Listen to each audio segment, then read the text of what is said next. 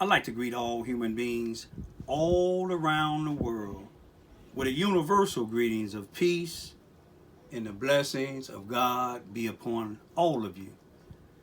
Uh, Tonight is Thursday. I want to say Throwback Thursday, March the 12th, 2020, the time of the vision. The time being about 6:46 p.m. Tonight I want to talk about, I would say, change. 2020 vision change. We have people that views my YouTube videos. We have critics. We have some that don't push like or dislike. They just view it. We have some, every now and then they come on. I call them cowards, clans, white supremacists, or sellout blacks. Most of the time, they'll put a YouTube comment on there and they just got a mock YouTube channel with no picture. For a while, I was having a James Jarrett, Jesse James, all type of names that attacked me solely because I exercised my First and 14th Amendment to the United States Constitution, which guarantees me that I have a right to freely, peacefully speak. I have a right to freely, peacefully protest anything that I think is wrong. I have a right to freely associate with anybody I want to associate with. I even have a right to get my own YouTube channel. I had some blacks down here when we was going to court. They told the judge that YouTube said all they had to do is get a court order, and they would take me off of YouTube. The judge told these two individuals, I call them thugs, black thugs, ignorant blacks. These is blacks that they got a thing in Charleston, Missouri, they call the CNN News, the Charleston Nigger News. Nigger is an ignorant individual. It don't make no difference what color you is. These individuals, the judge told them, I had a right to my YouTube channel just like anybody else.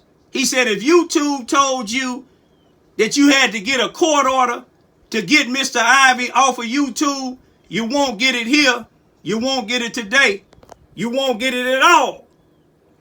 You see, you know why they want me off YouTube? Because I expose white supremacists in Southeast Missouri, especially here in Charleston, Missouri, Mississippi County, from some of them sitting on the bench, not all, down to law enforcement officials.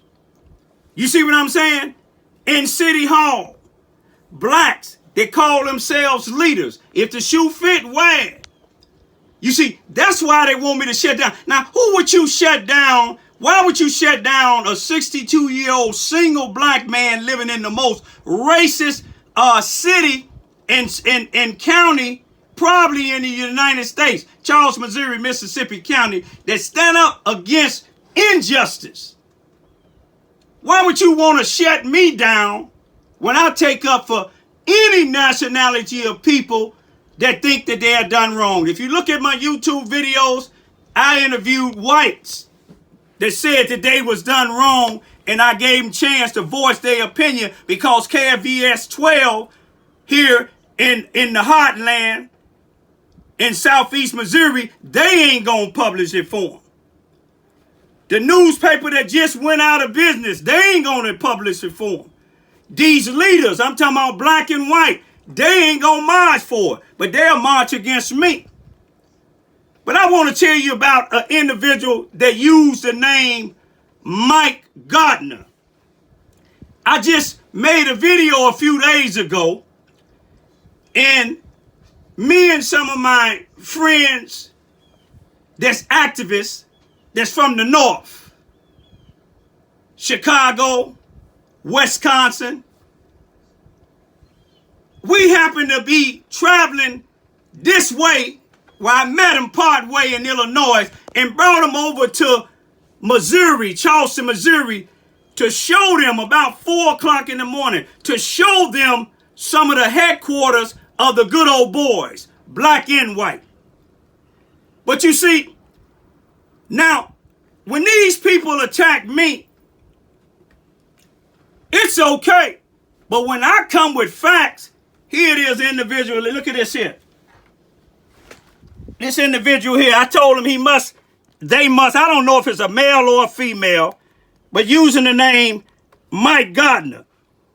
If you push the M, it's blank. 1 subscriber. You see what I'm saying? No contents. But look what he said.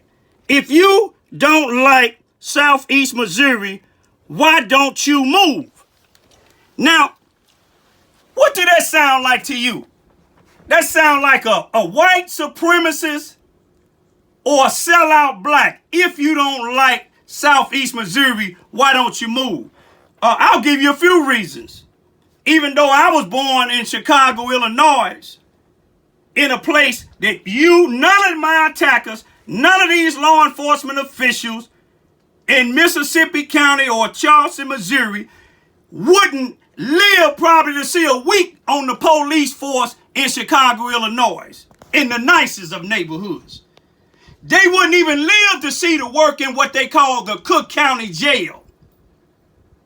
I believe it's the second largest jail in the country. They wouldn't even have survived in the projects that I grew up in Chicago on the near north side, Chicago, Illinois, the Cabrini Green, the infamous Cabrini Green housing projects. Look them up. They was classified the most notorious projects in the nation. Why would I let somebody like Mike Gardner, I don't care if you the Grand Wizard, I don't care if you the gangster of all gangsters down here, black or white. When I get ready to move, I'll move. But if you don't want me down here in Southeast Missouri, all you have to do is come by the house. You see what I'm saying? And come on the property and tell me to move, Mike Gardner. I guarantee you, if you white, you heard of Mac Michaels? It's a funeral home. Deal with all white folks, just about. You heard of Williams Funeral Home? If you're black, deal with mostly blacks right down the street from it. Now, that ain't a threat, but that's just to tell you, I don't care if you a judge. I don't care if you the highest law enforcement official here. I don't care if you kin to them. But when you get to saying, why don't I move? The same reason when Rosa Parks paid her fare on that bus in 1955. When the bus driver told her to go to the back, she didn't move. She had more courage than any of these black leaders down here in Charleston, Missouri, in Mississippi County. She didn't move. She was willing to go to jail or lose her life. Harriet Tubman told you, racist whites and you sell out blacks. I demand one or two things. Liberty or death. I'm going to have one or the other. That's the same with me. Liberty or death. I'm going to continue to speak, Mike. You said I don't seem to be happy. Let me tell you something, Mike. Do you have a 1-year-old child? Let me tell you what happened to my 1-year-old child, you coward. You coward hiding behind that YouTube thing. Show your face, you coward. You see this? This was on my 1-year-old daughter when these racist white police, a Charleston, Missouri Police Department came into my house May the 19th, 2008, and took my 1- and 2-year-old kids out here and gave them to their crackhead, heroin addict mother after she been out in the streets for 72 hours. To try to get at me, Mike Gardner. Show your face, coward. I don't care if you black or white. I don't care if you a woman. Show your face, coward. Let me get your daughter, Mike Gardner, and break her arm. Break her leg or break her neck. You see that, Mike? That's what had to come on my daughter's arm, man. You see behind me? Let me tell you another thing, Mike. Let me take your 5-year-old daughter, if you white, put on there with a black bus driver and let him pick her up by a backpack and put her on the bus by herself, take a knife and go behind her and terrify her, Mike. If you're white. If you're black, let the white bus driver do what he did to my daughter in the police department. The school resource officer for the Charleston, Missouri Police Department did nothing. Didn't even write a report. Didn't even talk to the bus driver, Mike. Mike put a whole bunch of other things on there. You see what I'm saying? You talking about, am I mad? If I was mad, Mike, I would be wiping all you Klan and you house Negroes out. But you see, I'm letting God deal with it. You see, I've been talking about this stuff for years, Mike. It took a while before we came out of slavery, Mike. You see what I'm saying? Harriet Tubman said she freed 1,000 slaves, you coward, Mike Gardner. She freed 1,000 slaves. She could have freed 1,000 more if she can only convince, like these Negroes down here in Charleston, Missouri, call themselves leaders. If she could only convince them that they were slaves. You see, Mike, do you have a 13-year-old daughter? If you white, how would you feel she go in a store that's mostly ran by blacks and they ask if she got a wig on her head? If they tell her that her and her mother came in the store stealing and you know that they didn't steal. Or if you're black, a white one asks your daughters that.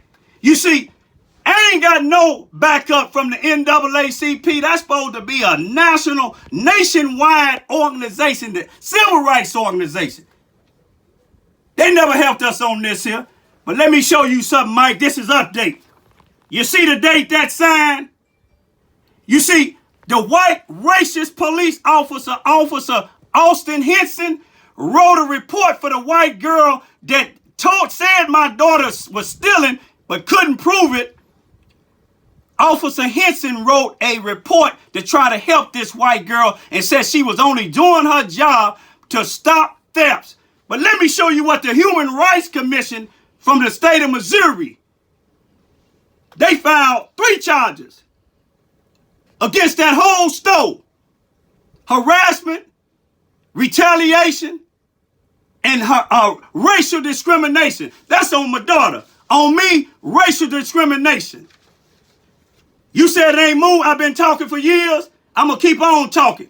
And if you don't like what I'm talking, Mike, you stay your behind off of my page or show your face or come on my property, Mike, and I guarantee you we don't have nothing to talk about. I don't talk to Klan. I don't talk to house Negroes. I'm about action. You see, I ain't none of 14-year-old Emmett Till.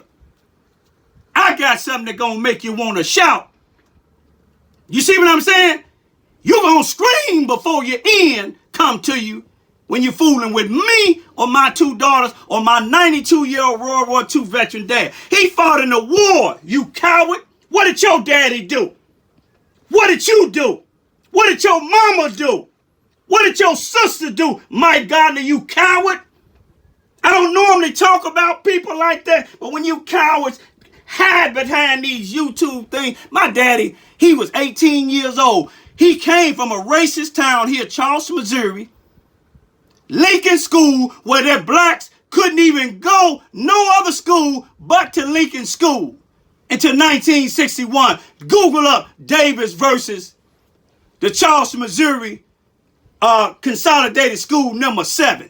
But he was drafted after leaving an all-black school where he couldn't go to school where the whites was going. Then went to the military fighting against Hitler, and then they had the blacks separated from the whites. I'm going to leave it like this here. Mike Gardner, you move or you come and try to make me move. I'll put you in a U-Haul and put you on the middle of that bridge, Mississippi, separating Illinois. Peace be still.